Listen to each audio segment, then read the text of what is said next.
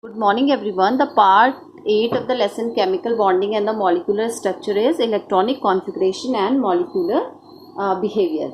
So the distribution of electron among the various molecular orbital is known as the electronic configuration of the molecule. Here we are talking about the molecule. So the electronic configuration is also referred to the electronic configuration of molecule. So from the electronic configuration of the molecule, it is possible to get important information about the molecule, and these informations are: the first is the stability of molecules.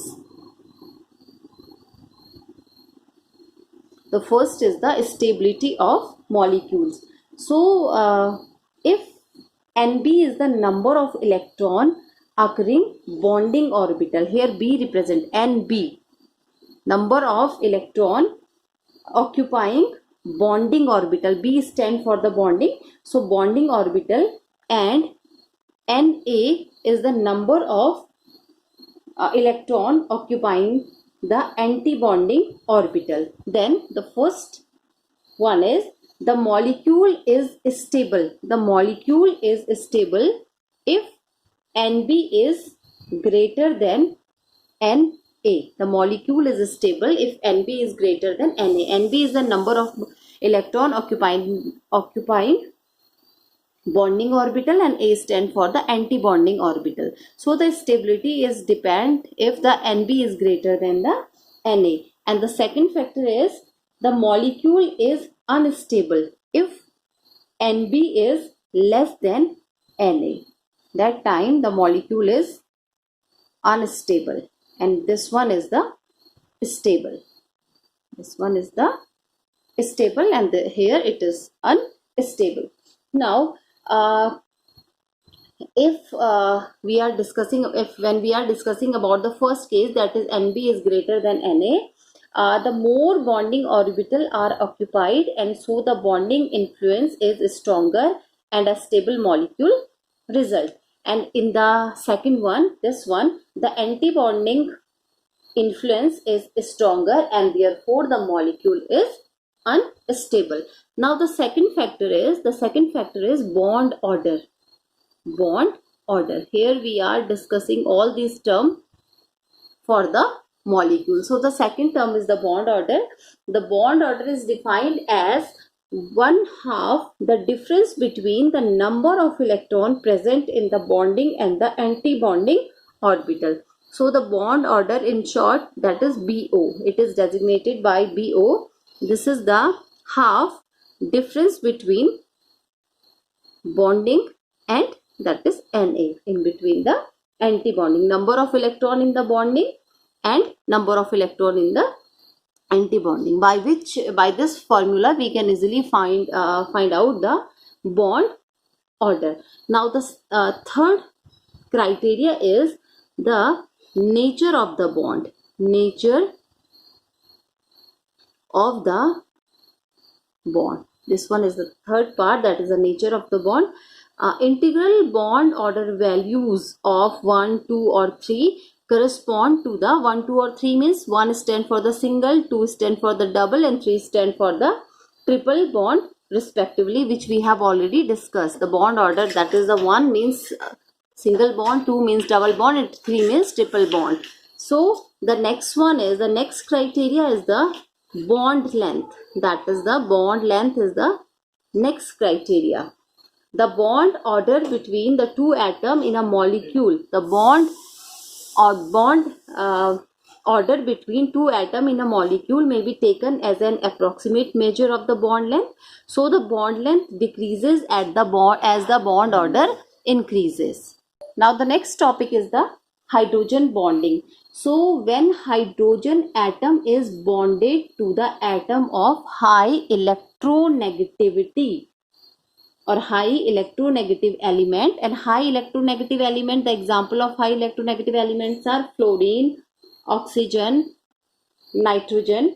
So the hydrogen atom form a weak bond with the electronegative atom of the other molecule, and this weak bond, so it is a weak bond. Hydrogen bond is a weak bond. So this weak bond is known as the hydrogen bond.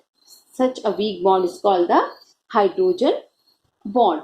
For example, in hydrogen fluoride, the formula for the hydrogen fluoride is HF. Here hydrogen is present and highly electronegative element F is also present. So the hydrogen atom form a weak bond with the fluorine atom of the neighboring molecule, while remaining bonded to its fluorine atom, and this may be shown as HF dot, that is HF, then again it is a dot, HF.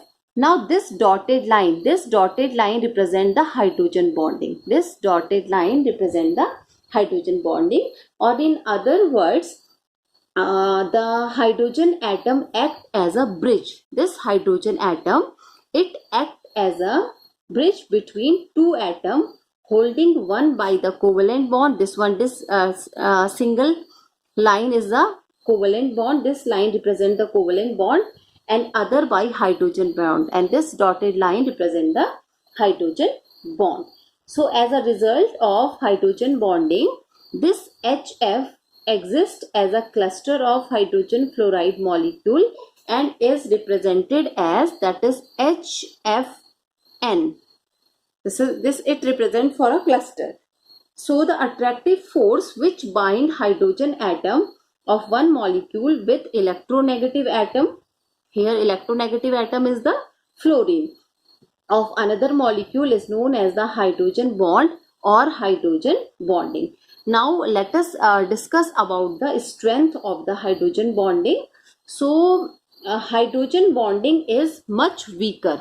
Hydrogen bonding is much weaker than covalent bond. That is covalent bond. Hydrogen bond is much weaker than a covalent bond. The strength of hydrogen bond ranges from 10 to 40 kilojoule per mole, while that of the normal covalent bond is in the order of, if we are, that is the covalent bond. So the strength of the covalent bond, that is 400 kilojoule per mole, and this is for the hydrogen. This is for the hydrogen bond. The strength varies from 10 to 40 kilojoule per mole.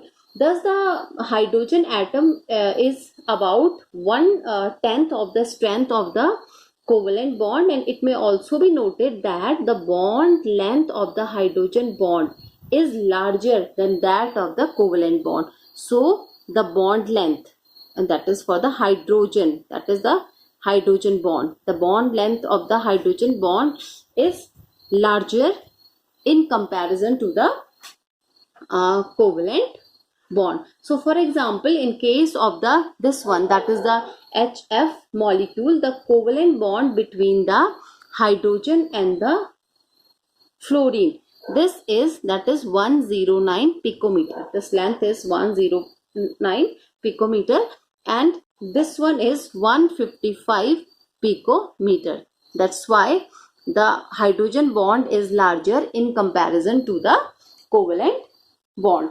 Now the next heading is the cause of the formation of hydrogen bond. So when a hydrogen is bonded to the strongly electronegative elements such as the fluorine, oxygen and nitrogen, the electron pair shared between the two atoms lies far away from the hydrogen atom, because for example this is the hydrogen and this one is the fluorine. So the electron pair in between these two, it should be remain here, but we know that fluorine is more electronegative in comparison to the hydrogen. So the fluorine attracts the shared pair of electron towards itself. It attracts the shared pair of electron towards itself, and that property is known as the electronegativity. So as a result, the hydrogen atom become highly electropositive. This become highly electropositive, and with respect to other atom, this one, that is the fluorine, since the electrons are displaced towards the other atom, and it acquires a partial negative charge, whereas the hydrogen acquires a partial positive charge. So in other words, we can say that the bond between the hydrogen and the other atom, it becomes polar and may be represented by, that is represented by delta positive, and another one is, for example, any, for example, A is the any electronegative element, it acquired the partial negative charge. So the electrostatic force of attraction between positively charged hydrogen atom of one molecule and negatively charged atom of neighboring molecule result in the formation of the hydrogen bond, and it may be represented as this one. We can represent it with such type of a bond. Now the next topic is what are the conditions for the hydrogen bonding. Now let us discuss conditions. Now, conditions for hydrogen bonding. Conditions for hydrogen bonding. So, certain important conditions which are necessary to form the hydrogen bond is, the first one is high electronegativity, high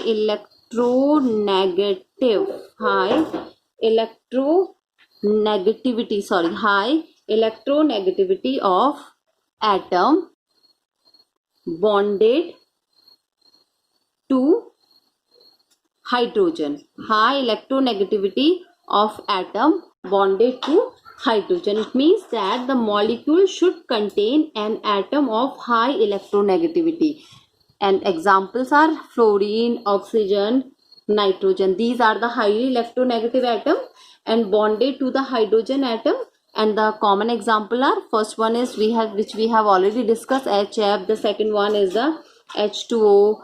The third one is NH3. These all are the examples. Now the next condition is a small size of the electronegative atom. The small size of the electronegative atom. The size of the electronegative atom should be quite small. This is due to the fact that smaller the size of electronegative atom, greater will be its attraction of the bonded electron pair, and this will cause the greater polarity in the bond between the hydrogen and electronegative atom. Hydrogen and electronegative atom, which result in stronger hydrogen bond. So for example, NH3 is the example, shows hydrogen bonding, whereas HCl it does not show hydrogen bonding, whereas both N and Cl have the same electronegativity, and the electronegativity of nitrogen and the Cl, that is equal to 3.0. So hydrogen bond are not formed by the Cl because the size of the Cl is bigger. Hydrogen bond is formed with the nitrogen, but hydrogen bond does not form with the Cl because the size of the Cl is bigger in comparison to the nitrogen. Now let us discuss the differences between hydrogen bonding and covalent bond. Differences between the hydrogen bonding and the covalent bond. The main point of the differences between the hydrogen bond and the covalent bond are, first of all, let us discuss the main features of the hydrogen bonding. The hydrogen bonding involve dipole interaction. dipole interaction. Here the dipole word is used for the two poles. One is the south and the one is the north pole, and it is formed between the hydrogen atom and the highly electronegative atom. This is the second point. The third point is the strength of the hydrogen bonding is very small. The strength of the hydrogen bonding is very small, whereas in case of the covalent bond involved it is formed by the sharing. The covalent bond is formed by the sharing of the electron, and it is formed between any two electronegative atom, which may be of the same element or may be of the different element, and the bond strength of the covalent bond is sufficiently high. The bond strength is sufficiently high, whereas the bond strength of the hydrogen bond is very small. Now the example of the hydrogen bonded compound, if we are talking about the first example which we have already discussed, that is the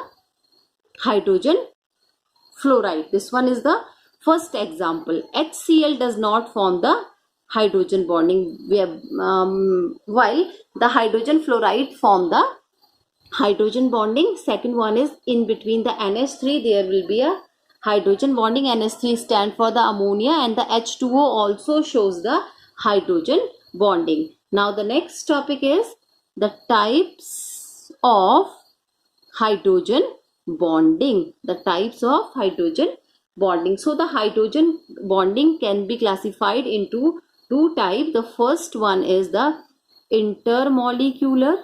This is the first one, intermolecular, and the second one is intramolecular.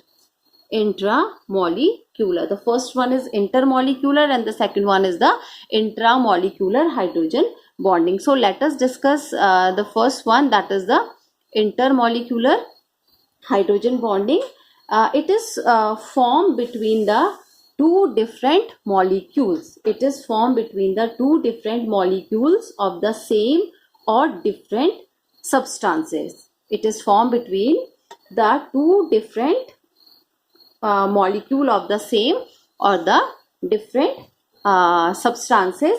Now the hydrogen bond between the molecule of HF. This is the HF belongs to the intermolecular. This is the example. HF is the example of the intermolecular hydrogen bonding, and the hydrogen bond in the alcohol and water, H2O.